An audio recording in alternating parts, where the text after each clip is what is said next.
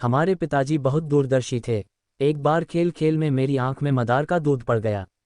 पिताजी को ज्यों मालूम हुआ वे मुझे उठाकर तालाब में कूद पड़े और तब तक पानी में रहे जब तक कि दूध आंख से निकल न गया।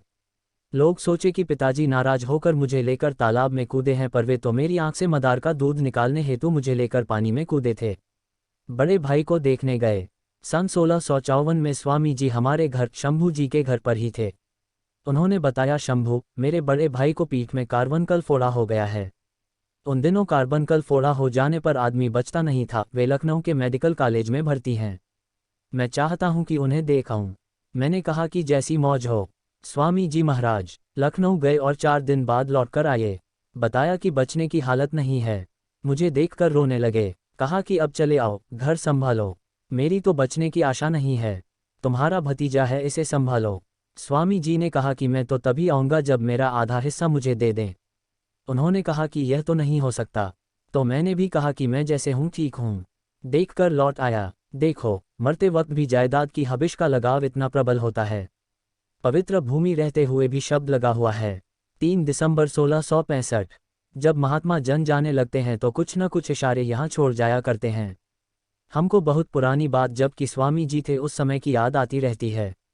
जहाँ वे रहते थे और जहाँ उन्होंने विश्राम किया वहाँ की मिट्टी बहुत ही पवित्र है।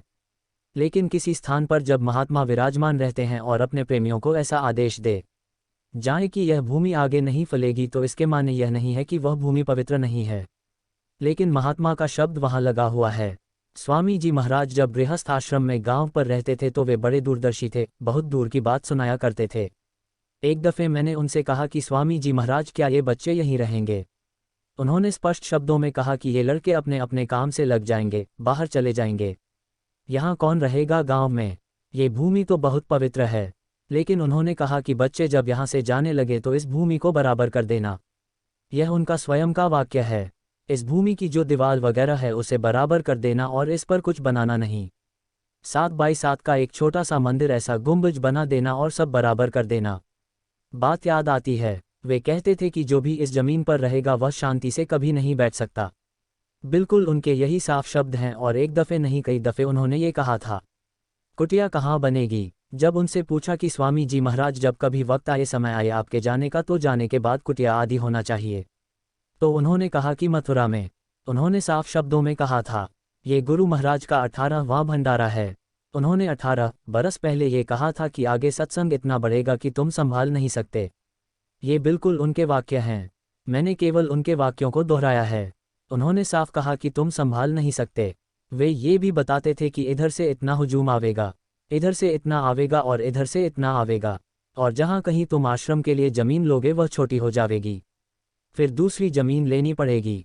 तो वह लोग देख रहे हैं। देखिए, कोई भी चीज़ नहीं थी उनके समय में, लेकिन सब उन्होंने बता दिया था। ये महापुरुष के वचन थे और उन वचनों को थोड़ा बहुत ध्यान में रखते भी आए। स्वामी जी महाराज के जाने के 5 साल बाद सन 1653 में यह ज़मीन ली गई और अब सन 1665 में ये हमको महसूस होता है कि छोटी हो गई। वास्तव में छोटी हो गई। अगर हमारे सभी सत्संगी इस ज़मीन पर एक साथ आ जाएं तो नहीं हटेंगे, और इस ज़मीन के अलावा अब दूसरी ज़मीन न ली गई तो बड़ा मुश्किल हो जाएगा। उस समय की बात हम सोचा करते हैं, याद किया करते हैं कि देखो महापुरुषों ने कितना स्पष्ट कहा है। स्वामी जी क्यों चिरौली से दूर चले जाते थे? एक बार मैंने स्वामी जी महाराज बाबा जय गुरुदेव जी से जिज्ञासावश पूछा कि महाराज, हम लोग तो गृहस्थ आश्रम की झंझटों में रहते हैं, नौकरी आदि करते हैं, पर आपको तो कोई बंधन नहीं था। फिर आप दादा गुरुजी के पास रहकर गुरु की सेवा में रहते, पर आप कभी कभी ही गुरु महाराज के पास चिरौली गांव में रहते और ज़्यादा समय स्वामी जी से दूर चले जाते थे। ऐसा क्यों करते थे? तो स्वामी जी महाराज ने समझाया कि गुरु के पास रहना खानने की धार है। हरदम मन करता कि गुरु महाराज के दर्शन करता रहूं और जो सेवा मिल जाए करूं। तो साधन भजन में लवलीनता नहीं रहती, और असली चीज़ तो साधन भजन है। मैं जब चिरौली से दूर चला जाता तो गुरु के दर्शन हेतु मन में तड़प उठती, बिरह होती तो चिरौली ग्राम आता, तो दर्शन और सेवा में लवलीनता रहती और इस तरह साधना में दृढ़ता और तरक्की होती। जय गुरुदेव।